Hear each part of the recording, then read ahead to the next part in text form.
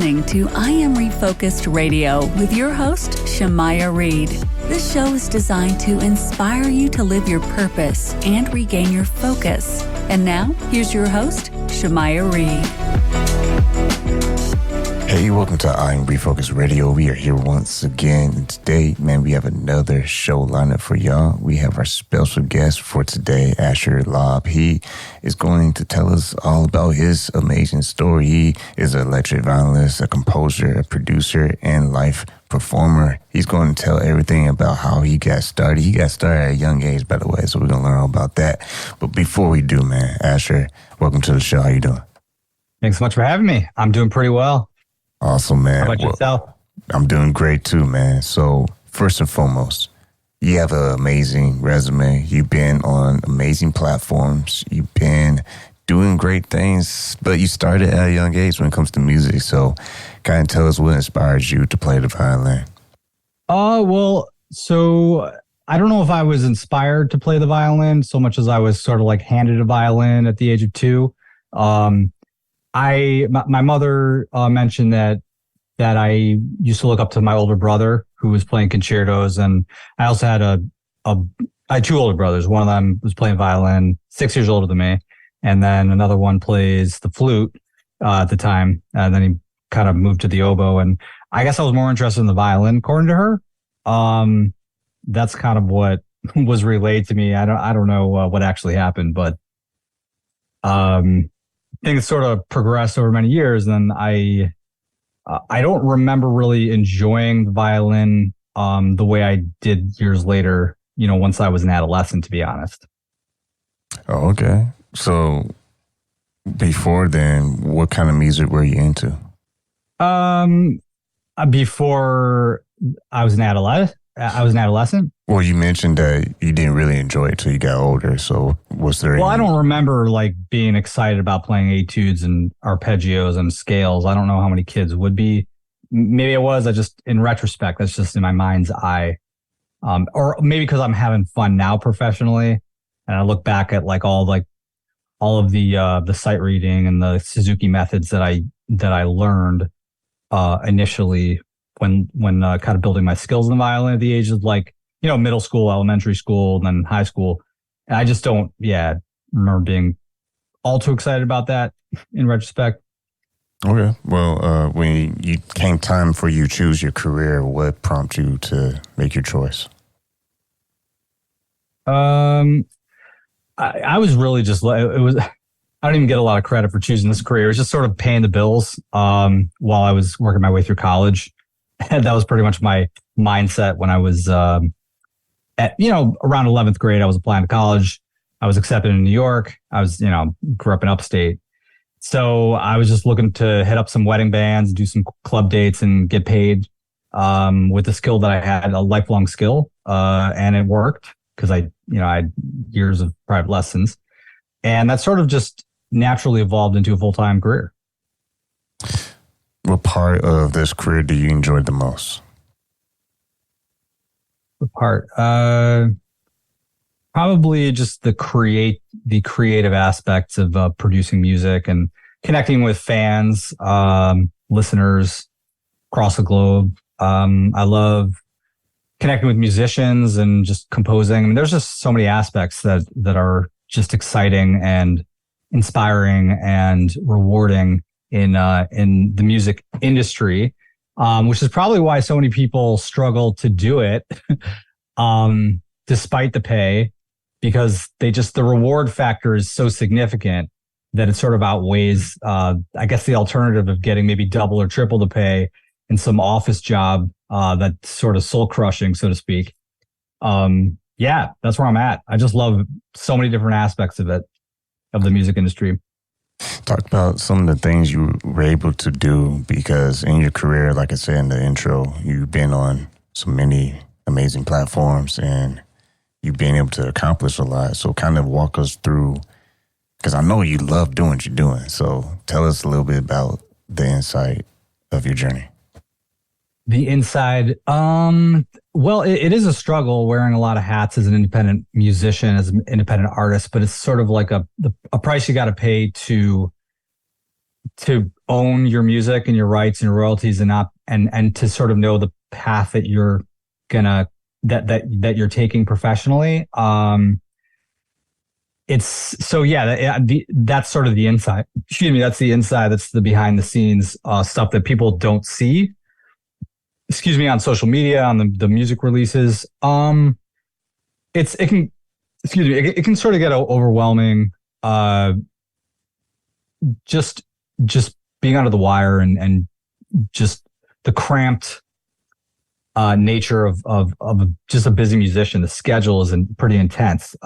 Just as an example, I'll wake up pretty early in the morning, drop my kids to school, go to the studio, do some recording, deal with client bookings, contracts, negotiate future contracts, work on music video editing, deal with a whole team that's sort of managing outreach for me and with me, PR. I mean, there's just so many different aspects to being an independent artist. And when you're sort of steering the ship yourself, it can be overwhelming at times, but there's also sort of the freedom of being an independent artist and owning yourself that is equally as exciting. So yeah, that's just some of the behind the scenes that people probably aren't aware of. We're talking to Asher Laub on Refocus Radio. And when it comes to your music and balancing life, you kind of touched on some things with your responsibilities. In 2014, you had a health situation. Tell us a little bit about that and how that allowed you to continue to, build off your career. Sure. Well, in 2014, I was diagnosed with adrenal insufficiency. So I was in a wheelchair and I was incapacitated, pretty much unable. I was a vegetable for all intents and purposes. I wasn't able to lift the instrument. So obviously I didn't have the strength to continue my music career. And I considered other options like medicine. I went back to school actually, but, there are issues that arose prior to that, such as, an autoimmune, I would say it's autoimmune, a chronic inflammatory condition a number of years prior. And that sort of probably was the precursor to what landed me in that wheelchair. I did end up getting better. And, I've talked about this in the past. It's not really a secret, but I wasn't really expecting to get better. But what I did, I kind of hit the ground running. In terms of my releases, I wanted to sort of share my experience with the world. And I wanted to sort of inspire others in doing so. Just in as many ways as I could, whether it's through inspiring people who are also equally incapacitated, who have also faced tremendous challenges health-wise, or even just to inspire the next generation of musicians. So I've just sort of been on a mission to make a change and sort of use this to leverage this to again make a positive impact on as many people as I can. You said earlier that you were handed the instrument violin. At what age did you say, you know what, I want to do this for a living? Believe it or not, like maybe only 15 years ago, my entire life I was trained and told to kind of look for a stable day job. And I did that. I worked hard in school to get the grades. Got an undergrad degree, got a master's degree, got way too many degrees. And, again, it's just sort of something that fell into my lap. So I wasn't, because I had already been earning income as a musician. It wasn't something that was planned. It's just, okay, this is a side job and it's turning into a full-time kind of career. And that's why, otherwise I would have never done it. With the kind of success you have, do you do any workshops with other musicians or any mentorship with aspiring musicians? I have been mentored by some celebrities. I have been a mentor to some kids when I was, for instance, teaching in the DOE. I was trying to get kids in the South Bronx to be inspired by music. Although I was teaching the sciences, that was actually my degree. But because I had music under my belt, I was a professional musician. I started a music club, and I wanted to kind of get some kids interested and excited about playing piano and drums and guitar. So I found that really rewarding experience. I haven't really taken opportunities to mentor older individuals on a regular basis, because I'm focused on my own live performances and my own production, sync licensing, film production, that type of stuff. But it's something that I probably should, now that you mention it, explore again. When it comes to different styles of music, what kind of styles of music do you try to incorporate in your production? Well, I like to cover the gamut. I'm really I was born into classical, but it's sort of taken a back, what's the word? Kind of like a more or less, it's not as prominent in my life as a lot of popular music. So I'm looking at the top 40s, and what else? EDM, hip hop. So kind of a range of different genres, Bollywood. And I'm not really tying myself down to one genre. Just the focus, the umbrella, for me is just the violin, the instrumentals.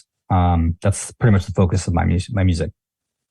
What advice we have for other musicians out there who want to make their career professional when it comes to sync licensing and just being able to eat as a professional? Well, I wouldn't recommend being a starving musician. It's not something I would have done. But, if that's like the only thing you could picture yourself doing, then give it a shot. Nowadays, while the music industry is pretty saturated, you could really say that about any industry. So if you're really good at what you do and you're really passionate about what you do, and you can picture yourself doing it every single day, morning and night, because that's pretty much what I do, then, go for it, give it a shot. And, make sure you don't end up homeless. But if it's working for you, even in a small way, then just work hard at it. And if it's your passion, give it a shot. Just give it, because years down the road, you don't want to regret having missed an opportunity. And that's sort of why I made the decision that I did. If people want to get more insight in what you do, they can go visit your website, AsherLaub.com, where you can see everything that you offer. When it comes to the business side, what's some of the services that you offer to clients outside of your own, compositions?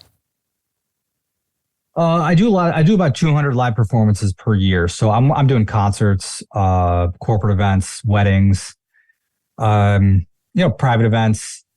I am doing recording work for other albums. These are the main things that I do. I also earn, you're not really asking me about I'm not providing a service so much with the Spotify streams, but I sell albums. So I guess fans who would be interested in my music, or just sort of relaxing, they might purchase my album. But as far as services, it's really live performances for the most part. And when it comes to running your own brand, your own business, what's some of the things that you learned along the way that has been helpful for you to scale your business? Data-driven decisions. I think I would have been completely lost and frustrated if I had not recorded each and every one of my gigs and my expenses. Actually, I hadn't about 5 years prior, but 5 years and 5 years, 4 years, 3 years, 2 years ago, I started getting really, really, really careful about recording all of the details of my daily activities, in order that I could sort of analyze what's my monthly income, what are my monthly expenses, what's my profit margin looking like. It's a business. Unless you want to have somebody run that show for you, and then you can, then you're dependent on somebody else, which, it could be good. You just need a good manager. For me, it's sort of been a necessity for me, in order to be independent. Prior to being independent, I didn't have to crunch data, but I was owned. So meaning I was relying on booking agents they did all the client interactions for me, but it felt really limiting. So I felt like I needed to do my own thing. And as a result, I started crunching data. using an Excel chart. So that's something I'd recommend to aspiring musicians. When you look at all your history with working with corporate clients, is there one that sticks out that you really enjoyed the most, or just pops up in your head like, man, that was a great memory, great experience? I mean, I've had a lot of great experiences playing Master Theater, Lincoln Center, Madison Square Garden. I've done some pretty cool corporate events, like the New York Public Library. It's just, I mean, I'm looking back at literally 2,000 events since 2001. It's going to Maui, Hawaii this past year was a dream come true. I could just go on and on. It's been a real blessing. And despite the challenges of, again, the job my career, it's a tough job. It's like any other job in terms of it being like a full-time situation, responsibility. It's just been an unbelievable gift. At the same time. When you go ahead. One other thing, Unitas was definitely playing the Unitas event at the Edison Ballroom was pretty rewarding. It's an organization, a not-for-profit that helps to fundraise for to combat child trafficking. So doing events like that, I find to be immensely gratifying, and it makes me feel like, okay, my music is being used for to better the world, to leave a positive mark on the world. And with impressive resume like yours, when it comes to the business side versus the creative side, is there any way that you look at it as balancing it out, or is it more just, this is what I do and this is how it needs to be done, so we just going to go for the ride? Well, I struggle with that balance on a daily basis, to be honest. It's something that I guess it would help to just sort of have somebody at the helm guiding you. But I'm pretty much responsible for the most part with a lot of the creativity, unless I bring on a music video producer or whatever team, which I do sometimes. Which you can actually scroll down, take a look at some of the cool productions that I've done. But finding a balance, if I'm understanding your question, is it's like walking a tightrope between managing a family with 2 kids, dealing with a mortgage, and then your gigs late at night, and keeping a healthy marriage. It's a real challenge, and most people sort of do one or the other. They focus on, okay, how I want to be as creative as possible, and then they sort of lose their personal life, and others focus on their personal life at the expense of their career. I struggle with trying to do both well, if that's your question. And it's just something that I'm trying to get better at every day. And on the outside looking in, people will see the places you've been and be like, wow, okay, what's the secret sauce? How do you approach these brands? How do you get your foot in the door?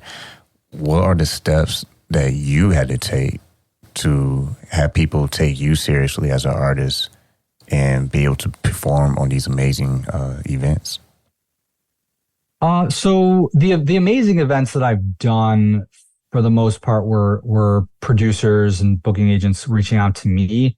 In all honesty, I'm not responsible for having produced any of these concerts myself. It's kind of way too much for an artist to handle. Like the ticket sales plus the music.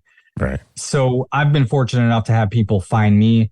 In terms of the secret sauce, working hard, doing something really creative, unique that other people aren't doing, but also making connections and networking, trying to collaborate with some big artists, if possible, within reason. I don't think that's just collaborating with big artists is and paying them a lot of money or something is like necessarily a good idea, but networking is valuable.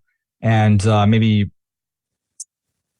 even doing some favors for people who you really want to connect with, who are kind of a leg up, a step up from you, is a little bit of a helpful tip. I found other people have volunteered their time to even work with me, and they've they have found it to be beneficial in terms of what they gained out of that relationship. So I try to do the same with others. I'll produce some music for other really talented artists, like I did. I've actually done this past summer, and it's just fostered new connections. We're listening to Refocus Radio, talking to our guest today, Asher Laub. You can go to his website, asherlaub.com. Well, you have a very impressive fan base as well. I mean, at what point in your career did you start noticing people really starting to engage with your music? Well, to be honest, it's been up and down over many years. So it hasn't just been this gradual incline. It's been like, after playing a big concert in front of, I don't know, 5,000-7,000 people, naturally you're going to get an influx of like a lot of fans. But it dies off real quick. This industry is hard. When I tell you it's hard, well, you probably know, but just the listeners, it's tough because it's tough to stay on top. People that are, let's just say in the top 40s, how long do they stay? How many Lady Gagas are there? Right. There aren't a whole lot. How many Coldplays are there? Most people, they rise and fall. So for me, like my goal has just been to sort of stay even keeled throughout. And to answer your question more directly, I just have to sort of accept the fact that fans are going to come in and out. There's going to be in waves, and it's hard, but this is sort of the game, and it's okay because there are always going to be new opportunities coming my way, and I just sort of enjoy them as I can, and then kind of look of the 200 events I'm doing per year. Some are really big productions, and others are private events. So I just have to sort of deal with the fact that there's a lack of stability sort of innate within the system that is my music career and most independent artists' music career. You mentioned about looking at data earlier in the interview. Do you see yourself trying to find certain fans that you have noticed, connect to certain styles of music? Or you still stay true to just being creative as you can, and whatever happens, you just take that with you? Yeah, so I know that's like a strategy recommended by different gurus. You want to find those fans. I haven't found that to be so effective. I have tried to connect with some of the fans that have been, true to me, stayed true to me.